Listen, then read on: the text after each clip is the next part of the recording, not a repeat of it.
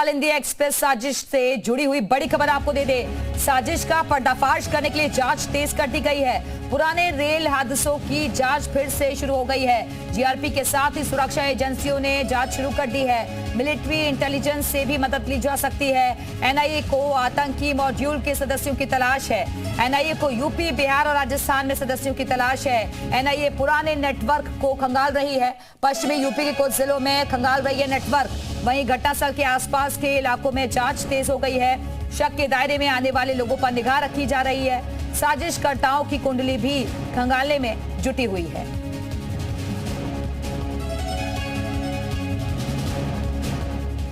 तो इस वक्त की बड़ी खबर कालिंदी एक्सप्रेस साजिश से जुड़ी हुई आपको दे रहे हैं। कानपुर में कालिंदी एक्सप्रेस को डिरेल करने की साजिश रचने वालों की तलाश के लिए अब जांच एजेंसियां पश्चिम यूपी के साथ साथ बिहार, राजस्थान के भी तार खंगाल रही हैं। पिछले दिनों हुए कई रेल हादसों की तमाम कड़ियां इस रेल हादसे की साजिश से जोड़ी जा रही हैं। एनआईए, एटीएस, भी सभी जांच एजेंसियां अब इस पूरे मामले को लेकर लगातार अपने तफ्तीश का दौर तेज कर चुकी हैं।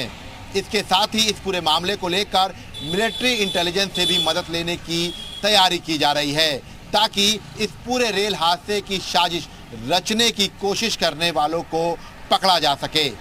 कैमरामैन रामबाला साथ विशाल रघुवंशी, जी मीडिया। और चलिए इस वक्त सीधे रुख करेंगे अपने सहयोगी का। विशाल रघुवंशी इस वक्त हमारे साथ जुड़ गए हैं। विशाल, कालिंदी एक्सप्रेस साजिश से जुड़ी हुई हर अहम कड़ी तक पहुंचने की कोशिश तमाम जांच एजेंसियां कर रही हैं और इसीलिए अब बताया जा रहा है कि पुराने रेल हादसों की भी जांच फिर से शुरू की जाएगी। देखिए, बिल्कुल आपको बता दें कि इस पूरे मामले को लेकर जो पुराने जो हादसे रहे हैं, रेल हादसे, खासतौर से उत्तर प्रदेश में जो रेल हादसे हुए हैं, उन सब की जांच जो है वो जांच एजेंसियां कर रही हैं। इसके साथ साथ इसके पूरे जो तार हैं वो राजस्थान, बिहार, तमाम जगहों से जो है जोड़े जा रहे हैं। चूँकि जिस तरह से लगातार ये कह सकते हैं कि डीप स्टेट जो स्ट्रेटजी है उसको अपनाया जा रहा है आतंकी संगठनों की तरफ से, उसके बाद इस पूरे मॉड्यूल को एक बार फिर से जो है खंगाला जा रहा है। खुरासन मॉड्यूल्स के जो तमाम आतंकी थे उनके बारे में पता लगाया जा रहा है। इसके साथ साथ जो एमपी में ब्लास्ट हुआ था जिसमें खुरासन मॉड्यूल्स के नाम सामने आए थे, जिनको सजा दी गई थी लखनऊ एनआईए कोर्ट ने, उनके भी पुराना इतिहास खंगाला जा रहा है कि उनके संपर्क में कौन कौन था, जो लोग फरार हो गए थे उस दौरान 2017 में, उसके बाद वो कहाँ हैं, क्या कुछ उनकी इस पूरे साजिश के पीछे हाथ है। इन सब चीज़ों को लेकर एक एक चीज़ों को बारीकी से देखा जा रहा है, समझा जा रहा है। बाकायदा इसके लिए मिलिट्री इंटेलिजेंस से भी मदद ली जा सकती है। NIA, IB, ATS, STF, local police, तमाम जो जांच एजेंसियां हैं वो अपने अपने स्तर पर जांच कर रही हैं। जीआरपी अलग जांच कर रही है और अब ये कह सकते हैं। ठीक है विशाल, वापस आएंगे आपके पास। और इस वक्त पूर्व डीजीपी एके जैन साहब इस वक्त हमारे साथ जुड़ गए हैं। जैन साहब, कालिंदी एक्सप्रेस साजिश से जुड़ी जो कड़ियां हैं वहां तक पहुंचने की कोशिश तमाम एजेंसियां कर रही हैं और अब ये बताया जा रहा है कि पुराने जो रेल हादसे हुए हैं उनकी जांच दोबारा से शुरू कर दी गई है। ये पहले से ही ये थ्योरी चल रही थी कि ये सब कॉन्स्पिरेसीज हैं और इतने ट्रेन हादसे एक साथ नहीं हो सकते। कभी कभी होता था साल में एक आध ट्रेन हादसा, वो बात समझ में आती है कि कोई मैनुअल उसमें चूक हो गई, ड्राइवर से चूक हो गई, लोको पायलट से कोई चूक हो गई।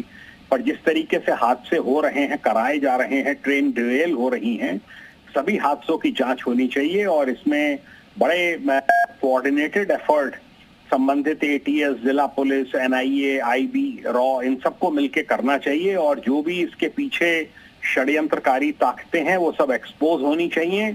उनके खिलाफ सब कठोर से कठोर कार्रवाई की जानी चाहिए। ऐसे लोग सब एक्सपोज किए जाने चाहिए। जैन साहब, ऐसे जो मामले होते हैं उसमें कितना बड़ा चैलेंज होता है अधिकारियों के लिए, जांच एजेंसियों के लिए, उन साजिशकर्ताओं तक पहुंचना? देखिए, जो पुराने हादसे हुए हैं उनमें थोड़ी सी दिक्कत हो सकती है, क्योंकि कॉल डिटेल्स और बहुत सी चीजें जो हैं वो हो सकता है अवेलेबल ना हो, पर जो वर्तमान में हैं, किनकी प्रेजेंस वहां पर थी, कौन थे आसपास और कितने बजे का है, उस हिसाब से सब पूरा देखा जाता है।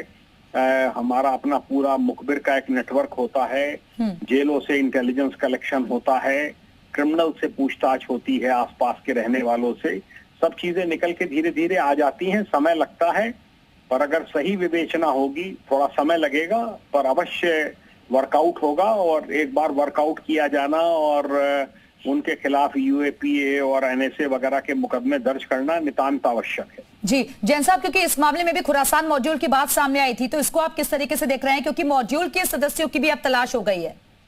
देखिए, ये कोई भी संभावना है, पीएफआई के भी एक्स कार्डर इसमें शामिल हो सकते हैं, इसमें खुरासान मॉड्यूल भी हो सकता है, बहुत से अगल बगल की विदेशी ताकतें हैं जो कि इंडिया की जो प्रोग्रेस हो रही है, जो इंफ्रास्ट्रक्चर डेवलप हो रहा है, रेलवे लाइंस नई बिछ रही हैं, नई वंदे भारत चल रही हैं, उनसे बहुत कष्ट है लोगों को।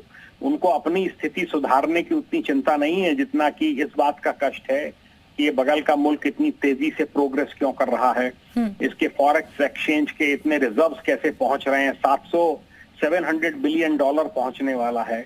तो ये सब है, दिक्कतें हैं। अब इसमें कोई ऐसी बात नहीं है, रेलवेज ने भी तय किया है वो सीसीटीवी कैमराज और सब लगाने के लिए सब कार्रवाइयां चल रही हैं और इस सबसे निपटा जाएगा। हमारी एजेंसीज सक्षम है। ठीक है जैन साहब, आप बने रहिएगा, विशाल आप भी बने रहिएगा, वापस आएंगे आपके पास।